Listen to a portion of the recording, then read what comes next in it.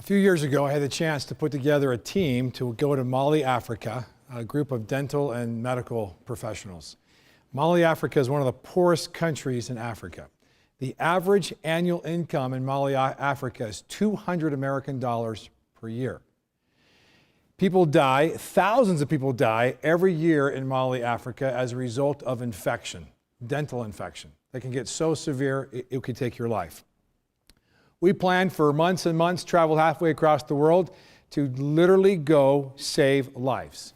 As we got there in the country, we went to our first village that we expected to have a large turnout for people that needed help. As we got there, we packed our supplies up. We're a very primitive area. We were on dirt floors. We had no electricity. People had buckets to spit in. We had headlamps on. This is as primitive as dentistry can get. We were thrilled. We brought supplies and medicine to be able to treat hundreds, if not thousands of people. So we got our clinic set up, we're ready for action. We go out to this courtyard where we are expecting to have hundreds of people there. To our surprise, 12 people were waiting for us. Well, we had 5 surgeons there. Within an hour or two, we were able to treat all 12 people. We're quite disappointed. I had come all this way. I had talked all these people into having this great experience. Biggest village we're in, 12 people. So we decided what we're going to do. Should we go to the next village? Should we try to stay here for another day? We weren't quite sure what we should do. Our guide, who lived in the country there, said, I think you ought to just give this one more day. Let's show up tomorrow and let's see what happens. Let's not unpack the trucks. If there is nobody there, then we'll just move on to the next village. So we got up early the next morning, about 6 o'clock in the morning. We head out to this village. We opened the compound door there to the courtyard. As we drove in, there were probably over 300 people waiting for us. Our guide looked at us and got very emotional. He said, I knew this would happen. See, let me tell you something that maybe you don't know about Mali, Africa. In Mali, Africa, you can't afford to get a tooth out. If you're so desperate, in such bad shape, what you'll do is you'll go to a bush doctor. A bush doctor has no formal training. He has no equipment. He has no anesthetic, no medication, no nothing.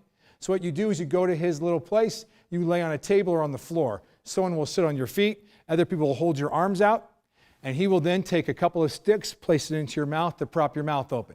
He will then take a dirty pair of pliers, probably a pair of pliers you have in your garage at home, and he will literally rip the tooth out of their mouth. No anesthetic, no comfort, no compassion, no mercy, no medication, no stitches, no cleaning out the infection, nothing. I would suggest to you that's probably one of the more painful things you could experience. He said, so here's what happened. Here's what their experience is with dentistry.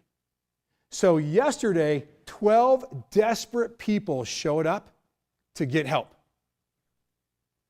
And what happened afterwards is they went back in the village and they told everybody, these guys do something where you can't feel it. And they're nice and they're kind and they had medicine and they cleaned out the infection and they put sutures on us and they gave us all these things to take care of ourselves. 12 people walked out into a village, so the next morning, 300 people showed up.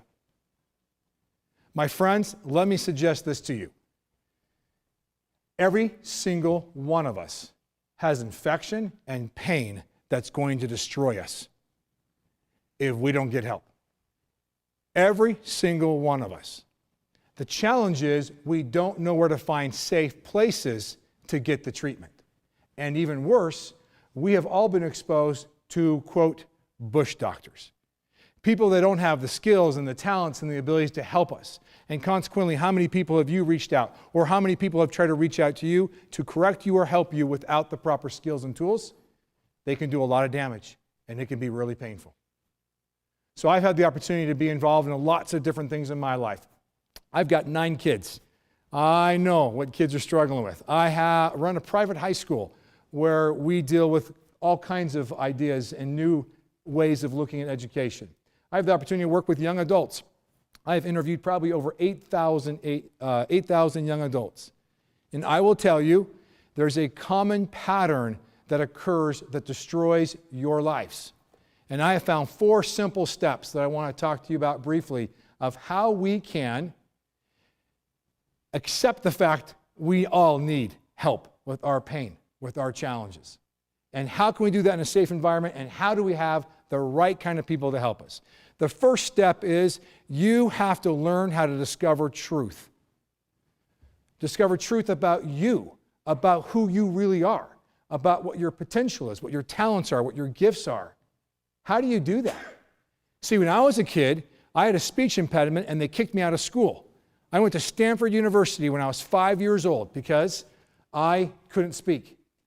I went to speech therapy for 10 years. I had a teacher when I was 12 years old who would have me read out loud. I would get to a word that I could not pronounce. She would have me say that word over and over and over, and she would laugh at me, and she would keep doing it until she made me cry. And then she'd tell me to go on. One day, I refused to let her do that to me. And I kept trying to say that word, and I kept trying to say it, and I wasn't going to go on until I got that word down. And she said to a 12-year-old boy, "You are probably the stupidest kid I've ever taught." Who are you allowing to define you? You have to ask those questions. I refuse to let people like that define me. Those are the Bush doctors of our lives. Who's defining who you are? And how do we define ourselves? Is it by our grades at school? Is it by the occupation we have, the car we drive, the girlfriend, boyfriend we have, how skinny we are, how smart we are, how pretty we are? How are you defining yourself? I would suggest you need to find ways to properly define yourself. And that's going to require the help of other people to help you see your talents and your successes.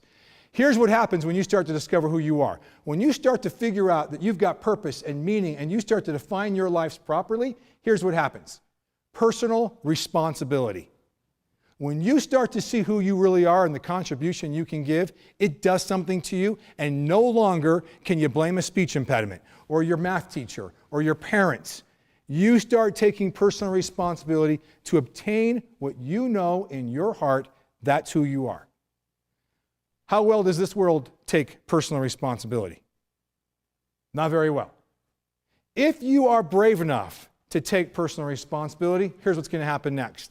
Personal responsibility, understanding who you are, will always demand this. It will always occur. When you start to see who you are, the second step is truth will invite you to change. That's what personal responsibility does. It starts to say, okay, here's where I'm at, and here's where I need to be, here's where I want to be. So now I have to start changing things in my life. See, we get the principle of change backwards, because if you're not dialed into your potential, to who you are, good luck changing. You will not have the motivation, the potential to change. So then as you start to change, how well do you think we take correction? Wow. See, we've all had too many Bush doctors in our lives, right? Because we don't take correction very well. Most people take correction, they get hurt, they get discouraged, they get offended, they rebel, they fight against it. Very few of us have the ability and the capacity to embrace correction. I would suggest to you, you won't want to embrace correction unless you really understand the quest you're on, the journey you're on to become who you know you need to become. Here's the brutal part. Once you take personal responsibility because you've discovered truth. Step one, discover truth. Step two, you're going to allow personal responsibility to change you, correct you. You're going to be open to that. You're going to embrace that. What's step three? It's the most brutal step of all. Step three is you're going to fail. It's part of the process. See, we don't understand that sometimes. The failure is a critical part of the process. Because when you're trying to change things, are we talking the color of your hair? No. We're talking about destructive patterns in your life that are going to be hard to change. You go out and start changing those things, it's not going to change overnight. It's going to take time. And it's going to require multiple attempts of trying to overcome things before we can claim victory. So failure is part of the process. Look how damning this process is, though. Because if you're listening to the wrong voices saying you're the stupidest kid in the world, and then you fail, your failure will reinforce the wrong definition of you. And you see how people start to spiral out of control. So, Are we okay in accepting failure in our lives? Now, I would suggest to you it is impossible to discover truth. It is impossible to embrace correction. It is impossible to accept failure unless we have this fourth one. The last step is maybe the most critical of all. You have to have mentors in your life. Not bush doctors, mentors. And I'll tell you, I've worked with your age long enough to know this is something that is dying with your generation. You don't have mentors. And you think about people that have really had an impact in your life. Are you searching for mentors? Are you asking people that you respect and look up to mentor you? Do you get my email address tonight and you call me or email me next week and say, can we go out to lunch and talk? Or do you have the guts to start talking to people that you can trust are not bush doctors, that would truly be interested in helping you? I would suggest to you, you don't have a choice when it comes to mentoring. You're going to be mentored. The choice is which mentor you're going to listen to.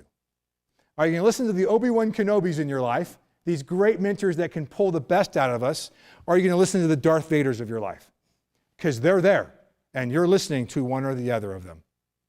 In conclusion, to maybe bring this home, you don't wake up fabulous. Doesn't happen that way. It's a process, it's a journey, and you got to be embracing in these steps of accepting or discovering truth, embracing correction, accepting failure, and searching for mentors. I played high school football. I grew up in California, and in California on my football team, we had a coach that was probably one of the most unkind men I've ever met. He was a bush doctor, okay? In our team in football, if you tried out for the team, you made the team. There were no cuts. Oh, and he didn't like that because, just the cool guys and the athletes and all those stereotypes, all those definitions, they're the ones that should be playing.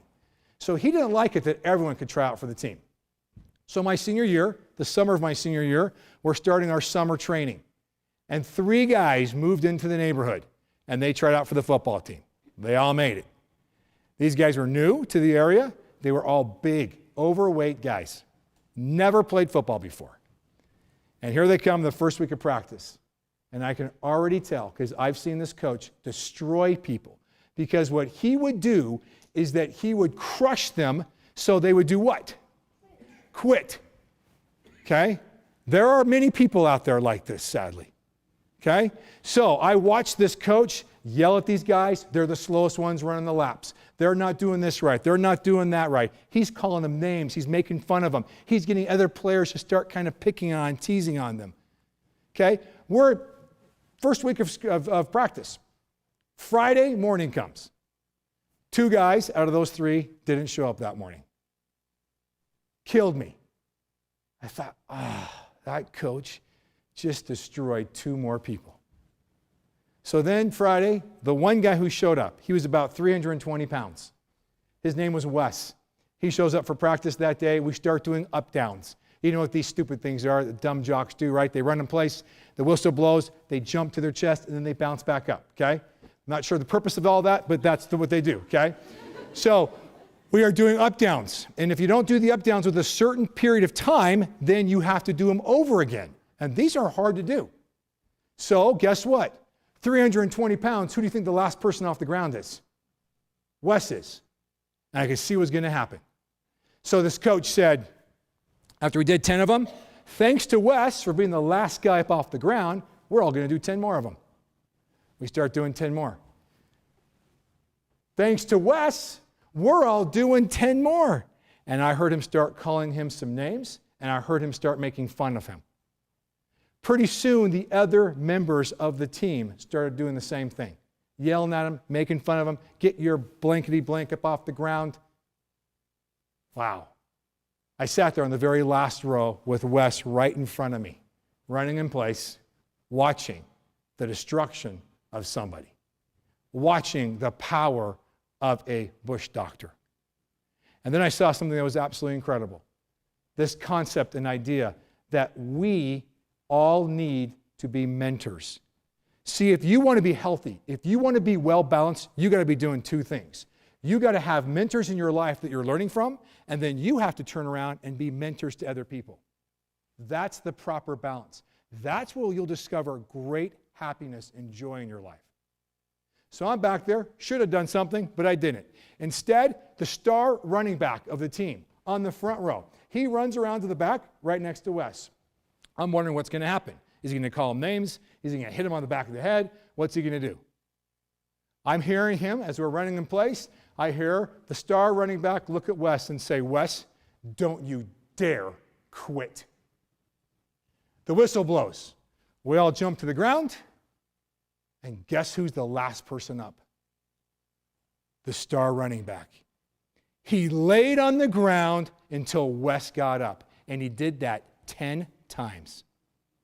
And every time Wes got up, I heard him say to, or the star running back got up, I heard him say to Wes, you quit, I quit. I watched an interesting dynamic occur with my coach. All of a sudden, he's in a dilemma that if he keeps pushing this, if he keeps being a bush doctor, he's not just going to lose Wes, he's going to lose the starting player of the team. Within the next couple up-downs, I watched our entire team starting to chant, you quit, I quit. By the time we got to the 10th one, the whole team was yelling, you quit, I quit. And the whole team laid on the ground until 320 pounds of Wes stood up. That's the power that we can have in people's lives. But you have to engage in life. You can't let people crush you. You got to figure out who you are. And when you figure that out, take the personal responsibility to run with that. When you run with it, you got to know change is coming. Correction is coming. Look for it. Embrace it. Welcome it. Understand when the change comes, you're going to have to start doing some harder things in your life, and you're going to fail at that. And please find mentors that will help pick you up off the ground. Please find mentors that will say, you quit, I quit. Find mentors that will help you understand how to accept truth, how to embrace correction. Because you don't wake up fabulous. Thank you.